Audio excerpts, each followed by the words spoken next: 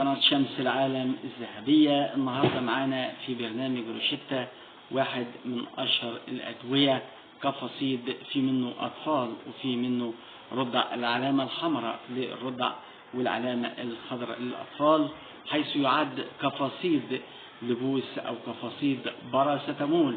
هو دواء على شكل لبوس بيؤخذ خلال فتحة الشرج ليعطى الأطفال من سن شهر واحد وحتى 15 عام.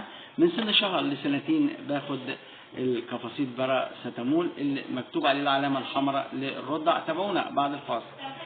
رجعنا لكم أعزائي مشاهدي قناة شمس العالم الذهبية مع واحد من أشهر الأدوية اللي بيعالج السعال ومشكلات الجهاز التنفسي، باراسيتامول كفصيد أو كفصيد باراسيتامول، واحد من أشهر الأدوية الخاصة بعلاج نزلات البرد والسعال. النهاردة في رحلتنا أعزائي مشاهدي قناة شمس العالم الذهبية مع كفصيد